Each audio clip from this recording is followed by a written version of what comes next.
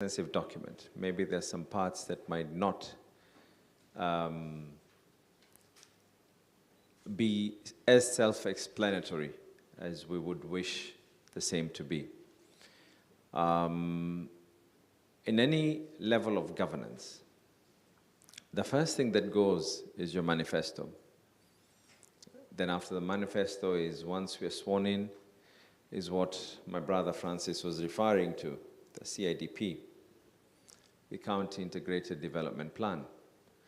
Then once we have that in place, is either through executive order, through legislation, through any other means, we now present that to the County Assembly for purposes of implementing it on a year-to-year basis.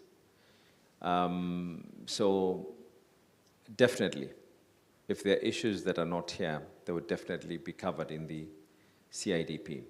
But I strongly believe that what is included in our manifesto is good for us all, as a county, as a whole region.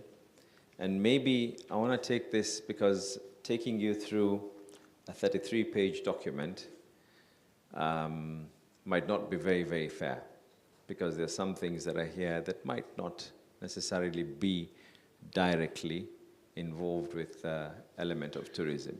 So with your permission, if it's okay with you, I would prefer a situation where I get all the levels of questions that you have. And with that, then allow me to be able to deliberate and actually take you through the issues that are here. Would that be fair enough? That's okay? All right, okay. So I'll allow you, then you just take us through. I'll be writing my notes. Maybe we start with a round of, I don't know, 6 people, 3 ladies, 3 gents. I don't know. It's up to you how you want to do it.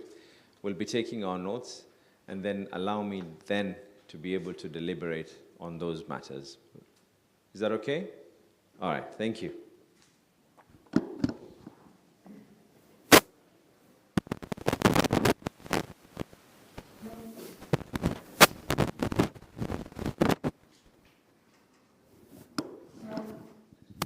I have never had the opportunity of holding 2 microphones like the,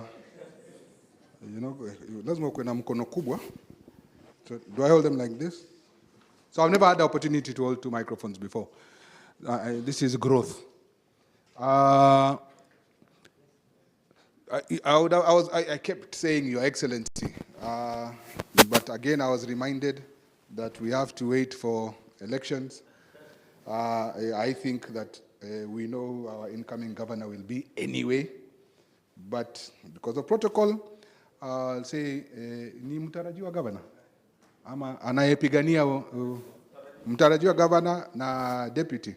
I'd like to recognize the different, first of all, just one thing. This is one of the first times that all the associations of tourism have come together to work together. Before, we've had separate, everybody working separate, and this time we've come together. It is true, we don't necessarily agree on everything, because some associations might see some things that affect them that do not affect, say, the hotel or blah, blah, blah. But this is the first time we are coming together, so it's fantastic to have this session. So I'd like just to recognize the different chairmen of the associations. Kato Coast, Ishpal. Okay, and then we've got Kenya Association of Women in Tourism, and also a board member of KCTA, Janet. And then we've got a team from the Kite Association. It's here, is it? Kite. And then we've got a representative from Bombolulu. We've got a representative from Kenya Association of Hotel Keepers and Caterers. In fact, we've got her, and we've got the director here. We've got the vice chairman of KATA, Kata. And then we've also got a representative from Perak. Again, Walter, so it's 2 times. So Walter is 1 hand and 1 leg. Okay? And then, and all these associations have come with people. So I don't want to say everybody, but we have the former president of SCAL.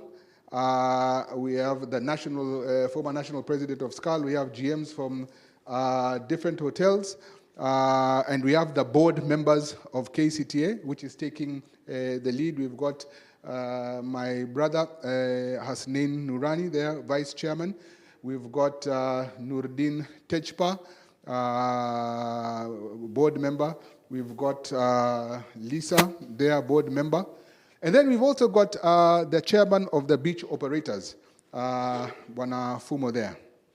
So we've got practically everybody who is concerned with tourism here.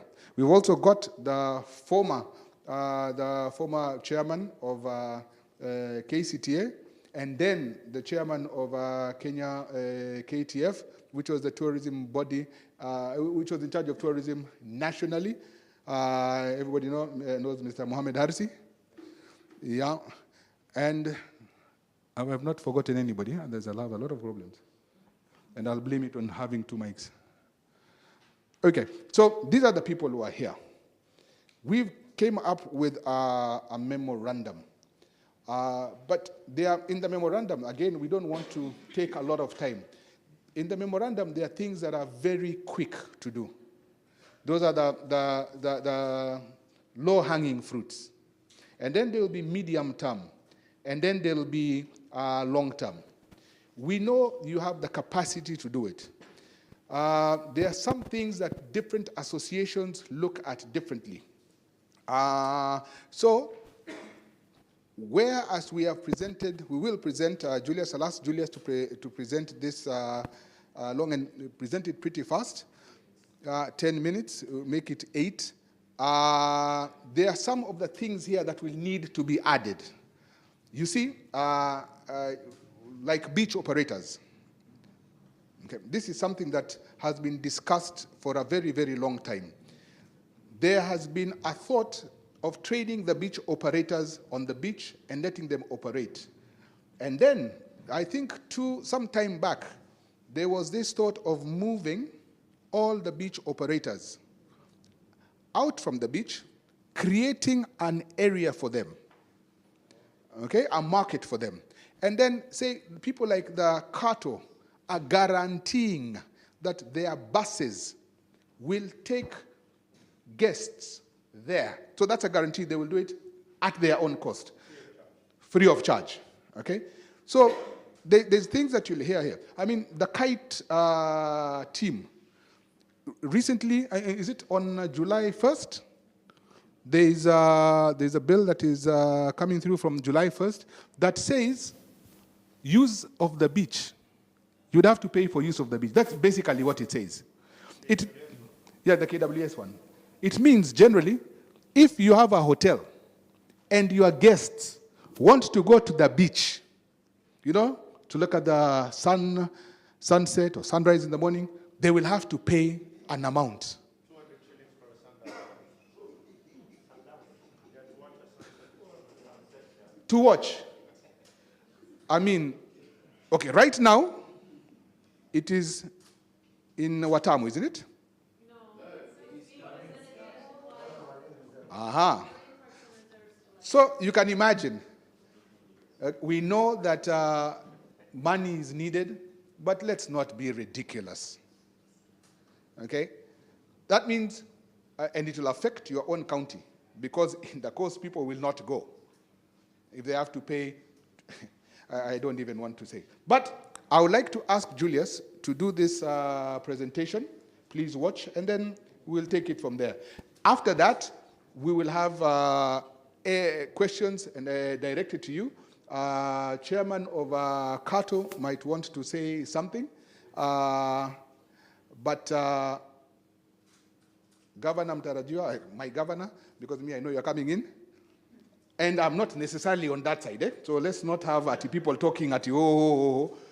No, please view this. I think one thing that was left out is we would like representation in the county assembly. You know, before, there used to be an MCA, who is, what are they called that time? Councillors, eh? There was a nominated seat. Yeah. Then municipal council. Yes. At that time, they were called councillors. So there was a nominated seat for tourism, so that tourism matters can really be looked at.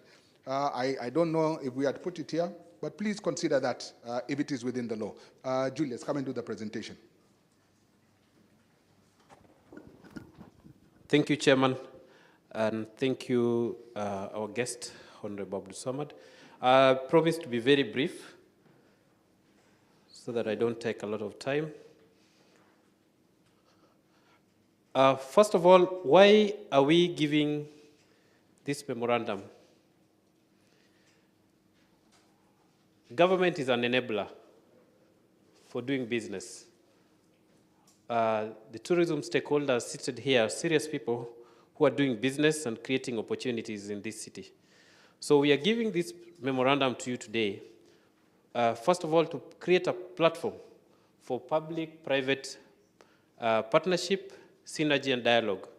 So if and when elected, this creates a basis for dialogue, and then, of course, revitalization of the tourism industry, attracting a larger number of tourists, widening the impact of tourism industry to the rest of the county's economic activity, and the most important thing is creating a conducive and sustainable business environment.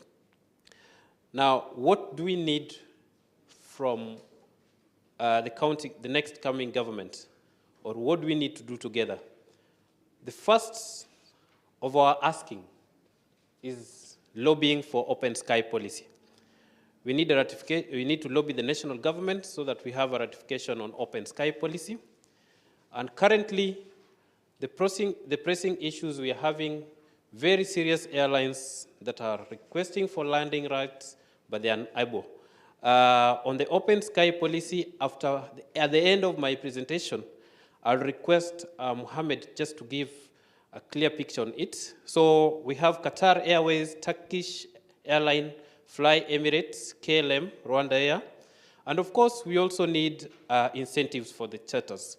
So this is the main thing that is actually disturbing us in the industry, and it is our number one priority, open sky policy. The second asking is on reform on levies and licenses. If you go to a hotel, if you come to a hotel like this today and you go at the reception, you'll find around 20 different licenses. So can we have a single window that all those tourism and hospitality licenses are given at once, and then instead of going from here to get the license? So we need a reform on that. And also the process of getting the single business permit and approval, it's taking so long. Our third issue is on the bed levy. Currently we have a bed levy that is charged by the county, but for the Mombasa County, we had a discussion with the current governor and they waived it, but that was an executive order. When he goes in the next 2 months, I'm told it's 40 days, we don't know, the next government may come up with it. This is a double taxation because we already pay